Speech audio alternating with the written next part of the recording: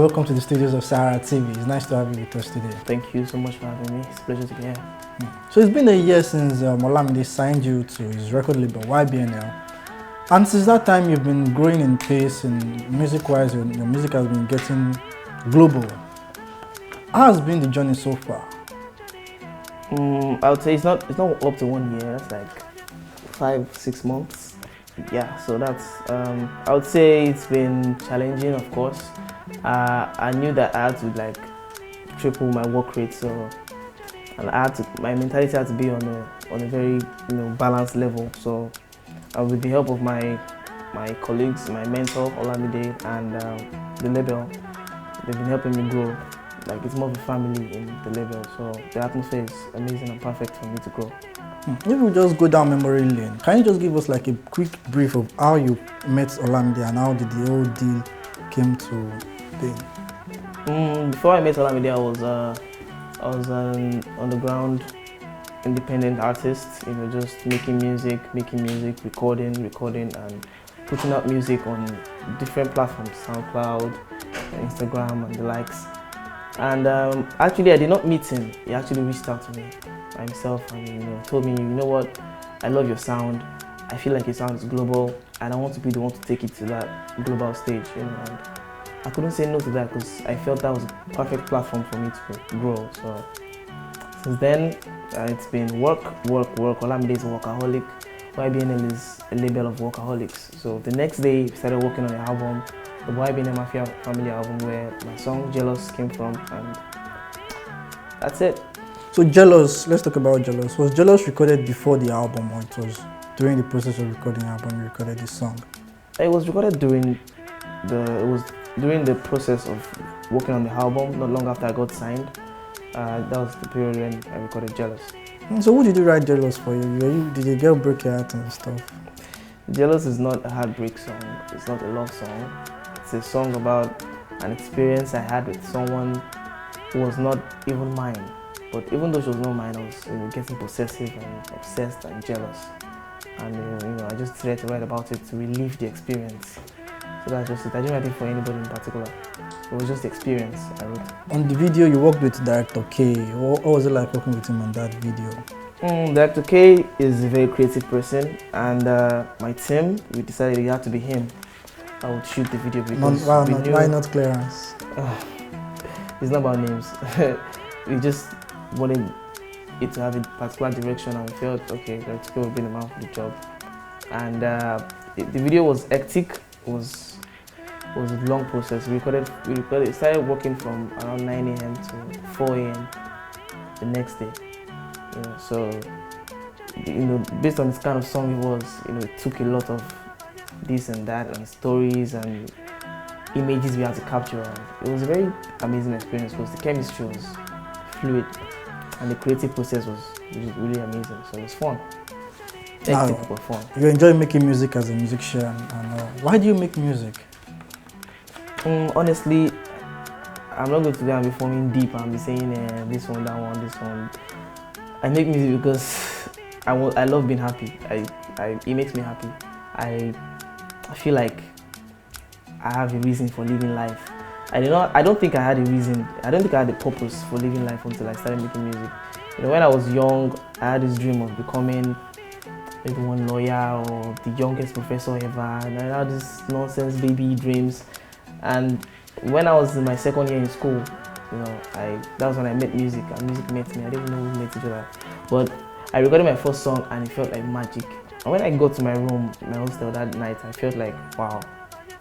For the first time, I felt like I was actually living life. Like, I felt like I had a purpose in life. So music for me is purpose, because that's what gives me a reason to live. And the fact that I make other people happy, I make some people cry, I make some people laugh, I make some people feel like, people get to my DMs and they tell me this, and I'm like, for music, so that's what makes me keep making music. Everything combined. So you're not giving up on music anytime soon? You're not saying becoming a businessman and stuff? That's by the way. Of course, you have to make money. You have to do other things with your life. But for me, my number one is music. Of course, there's still going to be a lot of things I'm going to do in the future. Plans I have for myself. It's not just about making music. It's about having a life, having a meaningful life. There's having a family. There's making money, it is growing, it is being successful, a lot of things. I'm just saying the primary thing for me in my life is music. Now let's talk about your days at the university. I got to find out that you're not always performing at shows like that. Was it like a personal decision on your own side? And how did you come across SoundCloud, and how did you start putting your music out there for people to listen to? And what was it like at that point, making music for such, will I say, limited audiences?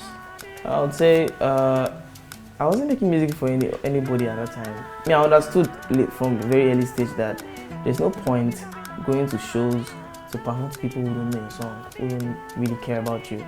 Me, my own focus was being in the studio, recording, finding my own sound. When I craft my own sound and I put it out and it sounds good, then the fans start coming and then they want me to perform. That is the right time to perform. That's my own personal like, that's what I feel. So I just felt, I'll waste your time and go out there and performing. Last you freestyle, and then they like it, and then they get to and they forget the freestyle. Why not make a song that they remember 3, 4 months, 5, 6 years after that? How would you describe your sound?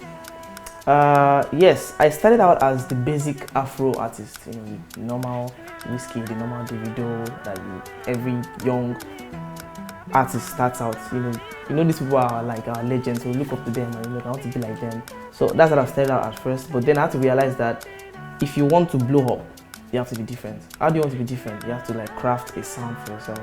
So I decided to just pick from different sounds. There's country music, my favorite kind of music, soul, folk, reggae, R&B. I join everything together and add it to my own Afro feel. So sometimes when I'm writing a song, I write it the way a country musician will write it, but you hear from this voice that, okay, this one is an African. There's pidgin, there's that intonation, that Yoruba intonation, there's the small Yoruba I'll put inside, that's the Afro. So I just join it together and I call my music Afro-Life. Now, being the second generation to come out of, or to be still, because you are still signed to YBNL, now like you are the second generation now, are you under any pressure to surpass the mark left by Adekunle, Likesh and the likes? Are you under any pressure from like the management and personally too? I don't think so, from management at all. Every single person that has been signed to YBNL has made their mark and they've done their bit and they've succeeded. And I feel we all have our different sounds. Every single person that has been signed to YBNL, they all have different sounds. So there's no clash, there's no need to feel in the shoes of someone. I don't do the same music with Adekunle Gold, so I don't see any reason why you should think maybe, so there's no pressure from anywhere. The only pressure that's coming is from the fans. They're always expecting to do more, they're expecting to bring out more songs, and then there's this pressure, this invisible pressure that you will have to do better than you did before. So I can deal with that, but there's no pressure from within. Now, talking about pressure, we can say that Jealous is a certified hit. Now, are you like under that pressure to give your fans another mad music and all? I would say from outside, of course, everybody's expecting me to bring out something that another hit. There's always that expectation that, okay, you're giving us one hit, when I can give us another hit. And I just listen and be like, another hit? What do you mean? My own is, my next song has to be good. Hit or not, it has to be good music. Because that was the same mindset I had when I was putting out Jealous.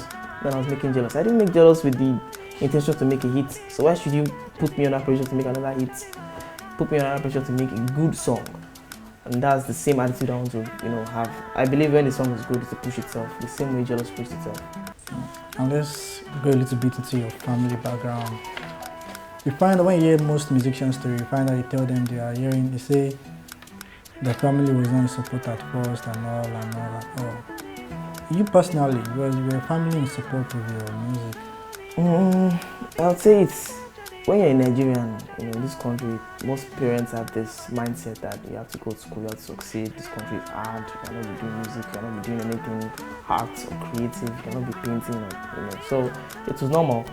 Me, the reason why my own dad or my mom were, somehow, they felt like, why? Because I gave them the vibe of, right from my secondary school I was a grade A student, or teacher, there was this pressure to always pass. I entered university at a very young age. English, Good Boy, Part 1, First Class, so they were already having that vibe that, oh, this one is going to be one scholar or something. So I just shocked them suddenly along the line, and then that's why they were like, what's going on? My dad was a bit disappointed. My mom was a bit disappointed, but she had to she supported me. But now that things are looking good, my dad has actually seen that, okay, fine, this boy actually is doing something right in his life, and everybody's happy. The first song, did they hear it, or it was like subsequent ones that they hear your music? Out of curiosity at first, they was like, let's just even hear what this boy is doing. And then they were like, oh, this is good, but is this enough to actually abandon the whole masters and everything and say you want to push it fully? Is this enough for you to, say you want to do this for the rest of your life? And I'm like, yes, it's enough. And now that I've chased my dreams and I'm doing the best out of it, they can see that too. Summer is coming, or let's just say the long breaks are coming, and you have a good hit, you have Jealous. Like, what next for you? Singles, album, EP? What should your fans be expecting from you? Yeah, of course. We've been working, we've been recording songs, we've been making music. Yes, we have plans to put out more content. We're stuck between letting Jealous continue to penetrate into the world market, or just turning up the hits with another single or something. But definitely there's something coming very soon. Could be a single, could be a body of work, could be something. We have something planned, of course. We can't just rely on one song. Now, 2 questions in one. You said you're a grade A student. Did it follow you down to Bapemelo University? Yeah, my part 1 was pretty much really good. But when I started music in my second year in school, I focused so much on music that it affected my education a bit. But I knew I had to combine both. But I won't lie, I gave everything to my music. I don't deny that. So now, coming from a school like OAU that has a lot of grown artists, how is it? How would you describe life as an artist in school then? I believe if you can perform or survive as a musician in OAU, you can survive anywhere. Why do you say that? Because the atmosphere is basically like the same thing almost the same thing you see in the full music industry in Nigeria. Like, if you are not good, they will not give you audience.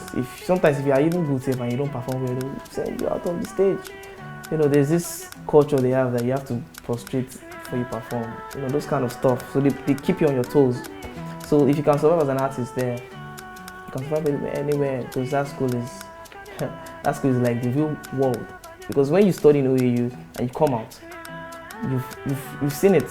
You've already seen it in OAU, so nothing will really surprise you in the real world. Although the real world is different from school, but OAU is like, it has that vibe of real life. Because there's freedom, there's expression, everything. It's beautiful. Let me ask you this sincere question. Are you surprised with where you are today, with where your talent has taken you to? That's a tricky question. Or you always knew it was coming? I knew it had to come at some point. Of course, there were times when I doubted myself. Will I blow? I even wrote a song about it. Like, will I ever get to blow like this? But I just had to sit down, like, you don't have anything else. You don't have anything else. Your certificate is nothing to you, right? I don't want to go and be teaching in one thing. Secondary school, primary school. You have to face this thing with your life. And then that's when I sat down and I started working hard. And I knew that, okay, this adult gave me somewhere, but I didn't know it to be this, like this. I never saw this coming. But I knew I had to be successful one day because I believe in myself, my talents, and my hard work. But you can never know where life is taking. Talking about collaborations, what are your plans for? Do you have any plans to feature any Nigerian artists or an international artist, including your label boss? Of course, I have songs with my colleagues and my label mates and my label boss. That's by the way. But right now, I'm not looking at collaborations because I need to craft my sound deep into the Nigerian industry. I need to work on myself a lot. I need to instill my sound in the heart of Nigerians. So my brand and my sound are very important to me. And for that to happen, I need to chill for a while on collaborations. So I'm not looking at anybody right now so far, apart from my very close associates and my label mates and my label boss. That's different. But outside, not for now.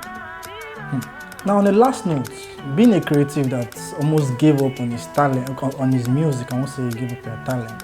What's your advice to an artist or a creative that is also stuck in that kind of dark thoughts? I never wanted to give up.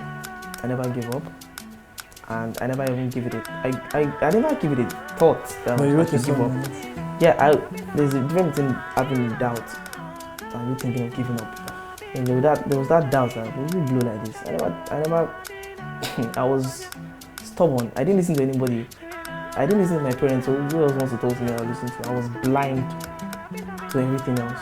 And it was that moment I knew that okay, I think I'm doing something right. And I don't have any advice. I don't know, because even myself, I'm still growing. But I would say what helped me is hard work and consistency in that hard work. I did not even know. People always say it. I'm always watching interviews and you ask all the superstars that, what do you have to say? They be like, hard work. I'm like, give me hard work, you go. Like, until I saw it myself, when I started putting it into action, hard work is undefeated. And I would say, for me, listen to advice, not opinions, because they are two different things. You know, most times what you know what's good for yourself. So don't go and be seeking validation from people. And what do you think about this song? What do you think about this thing I'm about to do? No, that's a very bad idea for an upcoming artist. Trust me. You yourself, you know what is good for you. Believe in your instincts and you'll go far. Hey guys, what's good? My name is Fireboy DML, Afro-Life musician, YBNL artist. Keep watching Sahara TV. Thank you.